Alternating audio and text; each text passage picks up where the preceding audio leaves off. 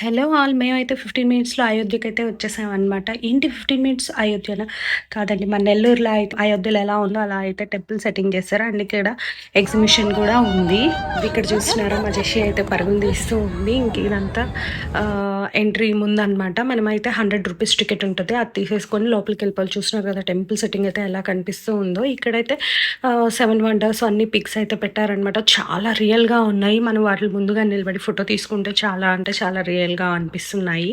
ఇంక మేమైతే ఇక్కడంతా ఫోటోస్ తీసుకొని తర్వాత మందిర్ దగ్గరికైతే వెళ్ళిపోయామనమాట. సేమ్ అయోధ్యలో రామ్ మందిర్ ఎలా ఉంటదో అలాగే సెట్ అయితే చేశారు. అసలు ఎంత బావుందో ప్రతి ఒక్క పిల్లర్ కానీ అంతా అలాగే ఉందనమాట.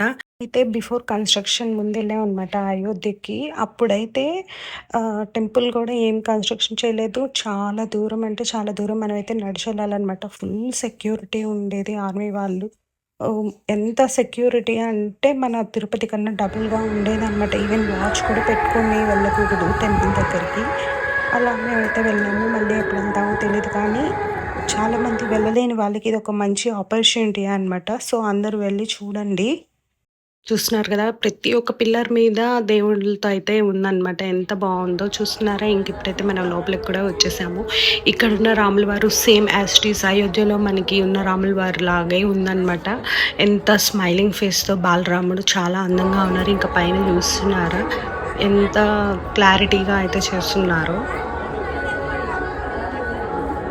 ఇంకా టెంపుల్ దర్శనం అయిపోయిన తర్వాత మేమైతే ఇంకా ఎగ్జిబిషన్ అనమాట. పక్కన అంతా ఉంటది.